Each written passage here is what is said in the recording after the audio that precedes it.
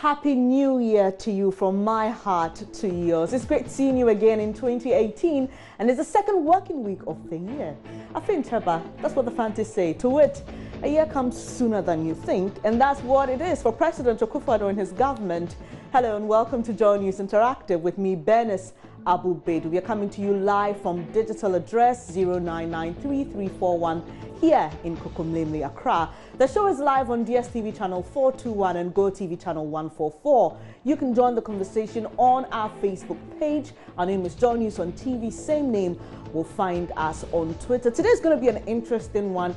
We'll be quite heavily focused on President Akufo-Addo's first year in office, the good, the bad, and the not so good. I just don't want to use the word ugly. And we'll also be talking about your best and worst ministers and MPs. And then, have you heard about the FDA directive on advertising alcoholic beverages? Well, we'll be talking a lot more on that here too. First off, it's been 1 year already since President Akufo-Addo was sworn in as president at the Independence Square. You know, I really remember that day so well. Indeed, from the get-go, we knew the president was in a hurry. You know, he took his oath of office at a faster pace than the Chief Justice then, Georgina Theodora would. Then came the inaugural speech that gained international acclamation for what people said or, you know, accused the president and the writers of the speech for plagiarism. Nation, unquote. We should move on to deepen our democracy. It is time to make sure that we have a true separation of powers between the various arms of government. Our parliament, the legislative arm of government, must grow into its proper role as an effective machinery for accountability and oversight of the executive, and not be its junior partner. The Ghanaian Parliament, the Ghanaian Member of Parliament, must stand out as institutions that represent all that we hold dear and citizens can take pride in. Our judiciary must inspire confidence in the citizens so we can all see the courts as the ultimate arbiters when disputes arise, as they would. A Ghanaian judge must be a reassuring presence and the epitome of fairness. We have worked with our national constitution for 24 years, and we know the areas that require change. I believe a consensus has emerged that we must decentralize more. We must devolve more power with corresponding resources to the base of our political system and to our people in the regions and communities. We must trust the collective.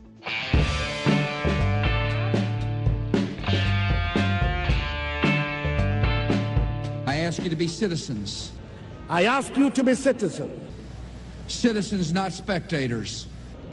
Citizens, not spectators. Citizens, not subjects. Citizens, not subjects. Responsible citizens, building communities of service and a nation of character. Responsible citizens, building your communities and our nation.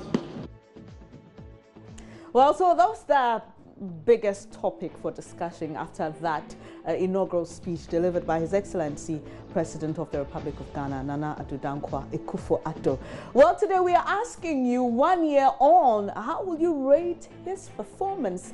Let's hear what some of you have been saying on Facebook. Nanayao Amwako says he will give the president 70% and goes on to explain at least he's been able to fulfill the principal campaign promise, that's in brackets, free senior high school, and his government touted since 2008 says, okay, well, he's been able to achieve that. There are 3 replies to that, but quickly, let's move to Steve Kobi Aka. He says that he's performed well, but he needs to find solution to the unemployment problem. Daniel Enimofosuhini says he will give him an 80%. He doesn't tell us why. Abdul Salifu says I think we are not aware of his performances. Really? Are you being sarcastic, Abdul? Redwan Ankasi says, in fact, they haven't executed the most dire, I'm sure there's an omitted word somewhere, that made them get into power. That's unemployment and corruption. I'll only give him 30% because they are still campaigning, and that's according to Redwan. Bashid Abubakar says it's only a year old out of 4. I hope it shall be well. So he's staying safe. Says I'm not going to rate him. Let's just wait and see what happens with the years that are left. Ni Obli says 30%. Edward Tozo says 50%. Did well with Galamsey. More room for improvement. Gideon Emperor X says there are some who rate this government high and others who rate them low. But as for me, I think this is the most supersonically corrupt, incapable, incapacitated, substandard, unaware, thievery. Oh, right, he goes on and on and on and on. And he's actually not apologizing for his comments there. 12 replies to that. You should expect it quite harsh. Jobs Clifford or Jobs, I'm sure what it is, Job or Jobs, well, looks like Jobs to me. Clifford says 90%. Yesumo says whack. Okay. Kobe Mike Ohene says average. And Fianco James says very good because no light off. I get light always to do my work. And so he's rating the first year of President Akufo-Addo's government very good. Osayobe says 7 over 10. Apia Kusi thinks this an appropriate question, but he's also trying to do some comparison there to former President Mahama's 1 year in office. Says every government always has something to show from beginning to the end. People should remember that Dumsa was one of our biggest problems before his presidency. I'm not sure who you're referring to here, President Akufo-Addo or former President Mahama. But says first year at senior high school, and the next thing I'll support him fully is when he starts to call former corrupt officials with their main leaders from both popular parties to face the court with their past accountabilities. Okay, so Apia goes on. He's, trying to say, well, I've got more expectations of this government. So he's telling us what he wants. Kwabno Owusu says 78%. Frederick AJ says very good. He has done very well just in a year. Let's just take one from David, who says, so far, so good. We are praying for strength and grace for the president. Let me just pick this one because it's a really short one. Peter Mankwa says, perfect. All right, so those are some of your assessments of President Akufo-Addo's 1 year in office. But you know what?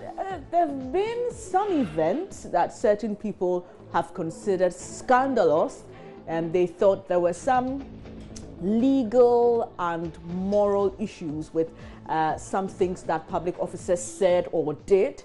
Well, this government has had its fair share of scandals, but our question to you as we commemorate 1 year of President Akufo-Addo's governance is, what's been your biggest scandal of this particular government? And Eto K. Joe says everything about Akufo-Addo's government is full of corruption. That's according to him.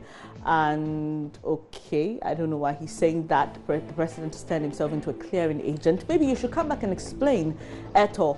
Munaf Wakilu Adam says, my biggest scandal is when I realized that a man who told us that he didn't come to spend our money now appointed the largest number of ministers, comprising, I'm sure, of friends, cronies, and family members whose salaries, allowances, and emolument alone can employ more than 50,000 nurses. I'm not sure where you're getting your statistics from and how you're doing these calculations. And he goes on and exclaims, oh, I'm a Ghana. Nanaya Marco says, the Delta and Invisible Forces atrocities, that's his biggest scandal.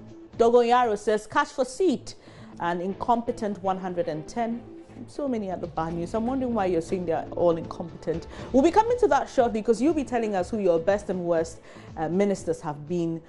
Vindibo Evans says, Invisible Forces, cash for seat, 800,000 for website, 2.5 billion bond, 132,000 Ghana City borehole cost. AC Boateng's comments, to mention but a few. Collins Dubate said, unprecedented 110 decides to say non-performing ministers.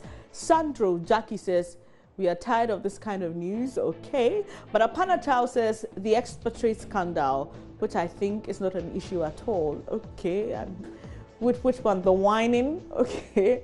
I'm sure that's what you mean. Yakubu says, the government's biggest scandal was the successful implementation of the free SHS program. The news was everywhere. Really, is that a scandal, Yakubu? You know, you are the mischievous one, not us. Benji Bamuni Vada says, oh, really? Did that really happen, Benji? Well, Nyagunu, who says the attempts to cover up corruption, the $2.5 billion, okay. James Quay says, I ask you to be citizens, not spectators, citizens, not subject, responsible citizens building our community and our nation. This for him was the biggest scandal, the issue of plagiarism. Yabwa Solomon says, yeah, there are two deputies of staff, bribery allegation. I'm sure I remember that one between A+ and those two deputy chiefs of staff. Halil Maestro says, the supposed thievery in his government. Okay, which one? Frederick Boedi says, okay, I don't know what he means by Brakweku long life, the thinker. Awuvri says, free SHS, unaware of congestion, okay. Efa Benjamin says, God is the righteous judge, so he'll wait till 2020. He's not about to share with us what his biggest scandal of the Akufo-Addo government is. Vitus says we should give you the list. Okay, I'm sure you should follow us. You know the news. So what's your biggest scandal? Elton says tortoise pays to getting back our money from corrupt officials, past and present. All right. So aside the scandals, let's just be fair. There have been some achievements for a lot of people. So what's been your greatest achievement of President Akufo-Addo's government in the first year? And Sandro says, never. Well, he doesn't see anything positive. Quite interesting. Says, for those of you saying nurses and teachers training allowances, are they the only people in Ghana?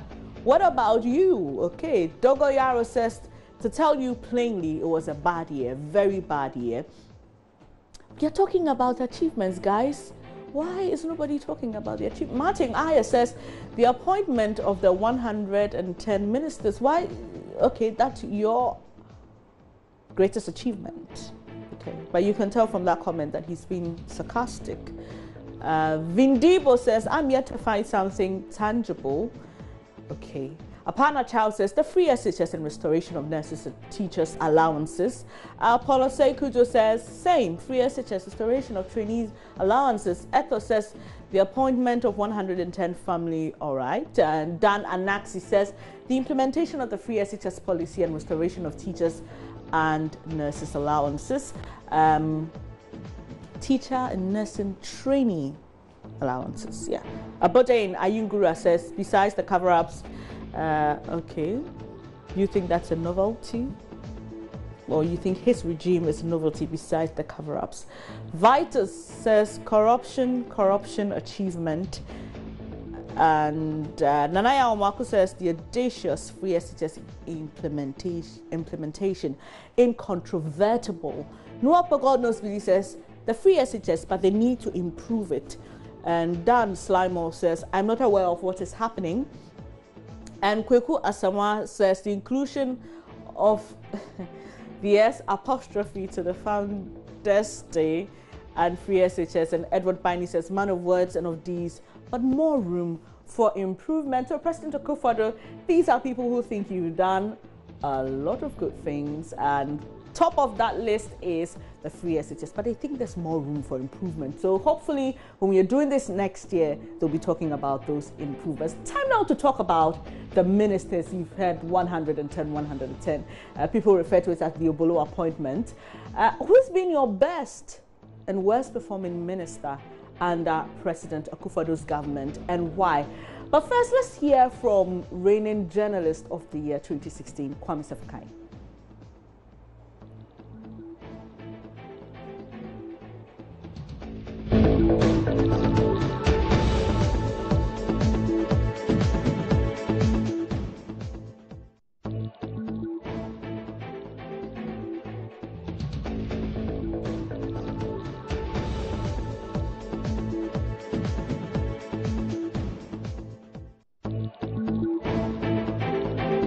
Well, so that was my conversation with Kwame Sefakaya. Apologies you couldn't hear anything.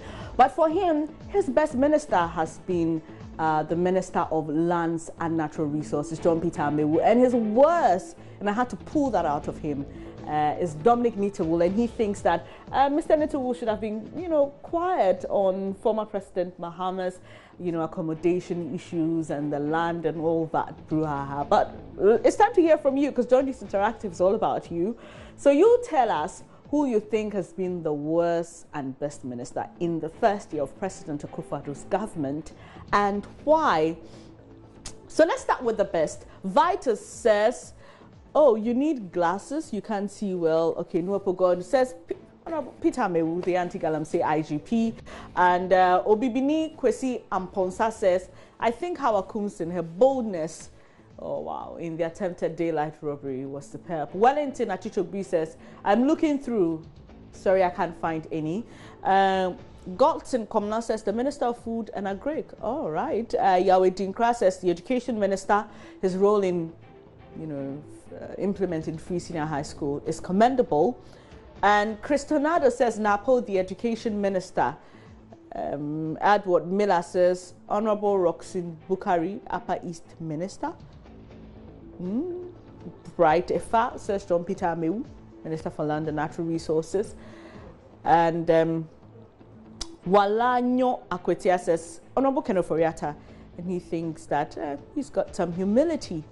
He's the most humble minister in the Fourth Republic. Wow, that's a big one. Fourth Republic, the whole 25 years. Okay, Seydou Bakari says, Land and Natural Resources Minister John Peter Amewu. And Gordon Amankona says, none, just talkative ministers. Yawedu Jr. says, next question, please. And Vindeep says, yeah, none so far. Street KY says, Minister, nobody. Peter Amewu again. And another person says, Kodropon Kruma, okay, Deputy Information. Asante Stephen, all right, he doesn't mention any name. Kweku Nyako says, Dr. Chum, Deputy Education Minister. And Nasamu Azar says, Zongo Minister. Smart Enoch says, Peter Amewu has done fairly good. So just from what I've gathered so far, at least we can say that a lot of people seem to be impressed with the work of the Lands and Natural Resources Minister, John Peter Amewu. But we'll be going to who your West Minister has been in the first year. I remember initially in 6 months when we're trying to do the assessment, some people say, look, it's too early. At least let's give them a year. So a year has elapsed. Who do you think has not performed so well as a minister? Olive Love says, the Minister of Education, Matthew Opoku Prempe, he talks more than going to the field. Okay, that's according to him. To her, I'm sure you're a lady. Sorry about that. Mbami Kwame.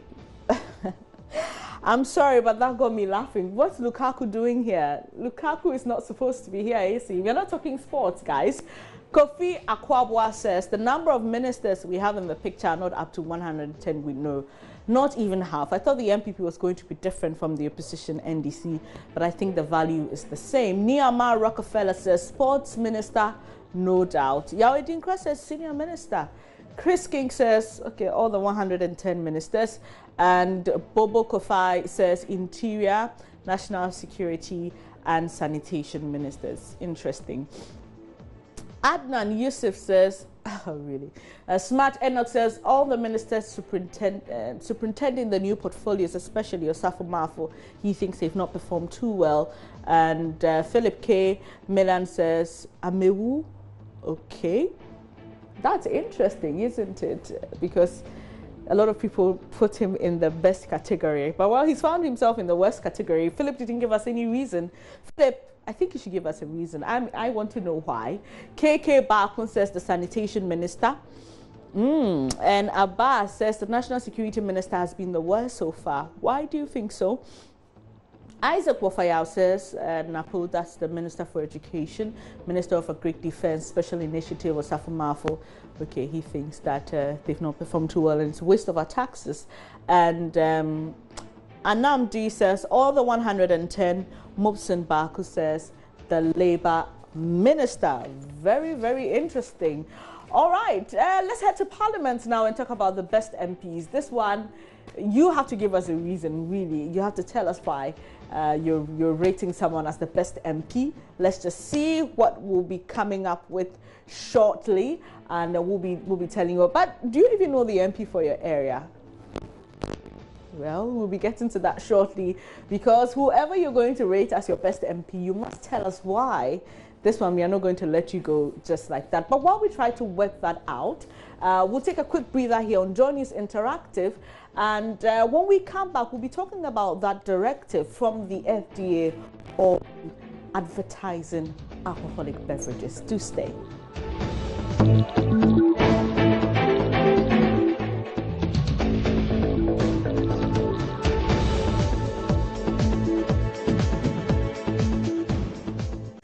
Staying here on Joy News Interactive. Away from President Akufo-Addo and 1 year in government, this particular issue we're about to discuss is very dear to a lot of people's hearts, especially parents.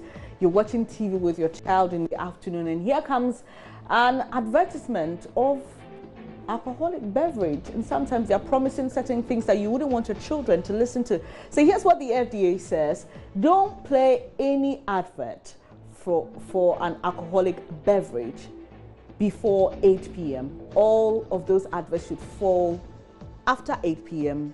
to 6 a.m. because from 6 a.m. to 8 p.m., nothing like that. A lot of you have been sharing your thoughts on this. Nwakpo God Knows Billy says, same old story.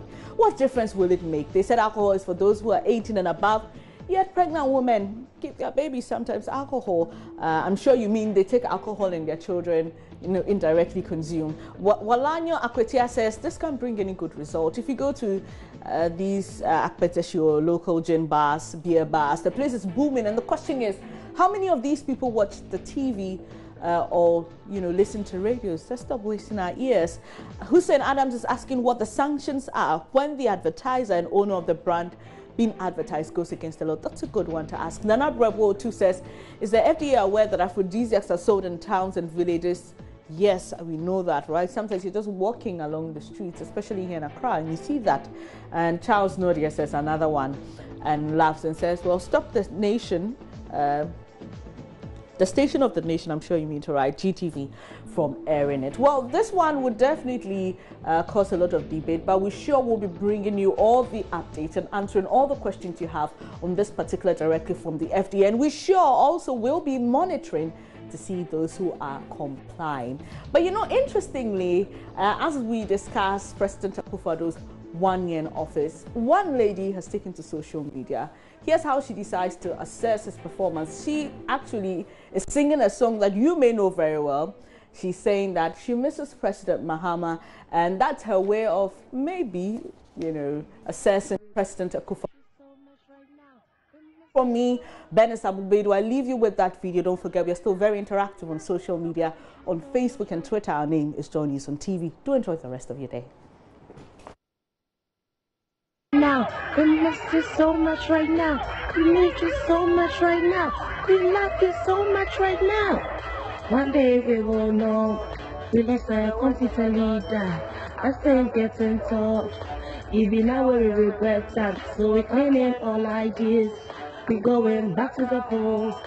A young girl like me shouldn't regret voting Mahama. They told us he was a liar, not knowing they were lying. Mahama is a God sent, 1 in a million leader. For Soriana Pa, infrastructure for Sonko. A Juria, Simana Simbianko.